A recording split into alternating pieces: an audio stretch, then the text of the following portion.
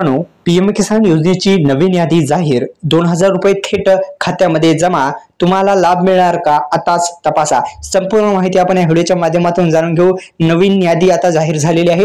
भारतामध्ये शेतकऱ्यांना केंद्र सरकारने खूप महत्त्वाच्या योजना सुरू केलेल्या आहेत। त्यापैकी एक अत्यंत महत्त्वपूर्ण आणि अत्यंत महत्त्वाची योजना म्हणजे पीएम किसान योजना। या पीएम किसान योजनेच्या माध्यमातून आतापर्यंत शेतकरी बांधवांच्या खात्यामध्ये आपण जर पाहिलं तर 19 हप्ते देण्यात आलेले आहेत। 38,000 रुपयाचा अर्थसहाय्य आतापर्यंत शेतकरी बांधवांच्या खात्यामध्ये देण्यात आलेला आहे। या योजनेसाठी पात्र शेतकरी कुटुंबांना दरवर्षी 6,000 रुपयाची रक्कम देण्यात असते। पैसे 4 अंतराने 3 समान हप्त्यामध्ये दिले जातात। पैसे थेट शेतकऱ्यांच्या बँक खात्यामध्ये जमा होत असतात आणि कोणत्याही मध्यस्थीशिवाय किंवा एखाद्या एजंटचा उपयोग होत नाही। थेट लाभ देण्यात येत असतो। त्यासाठी आवश्यक असणारे काम म्हणजे व्हिडिओच्या पुढे आपण सांगणार आहोत। व्हिडिओ शेवटपर्यंत बघा।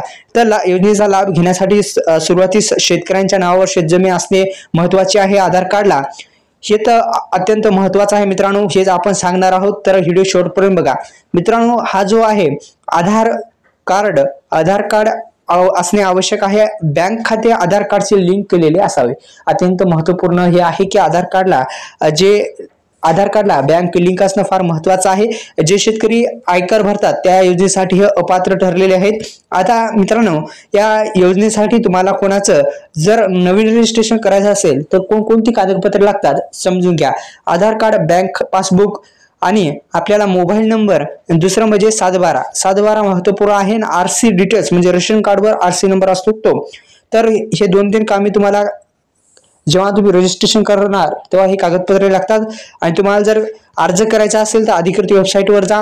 नवीन शेतकरी नोंदणी जा आणि तुम्ही सुद्धा अर्ज करू शकता। अशा पद्धतीने अर्ज करायचा आहे। यादी जर तपासायची असेल तर अधिकृत वेबसाईटलाच तुम्हाला भेट द्यावी लागणार आहे। धन्यवाद।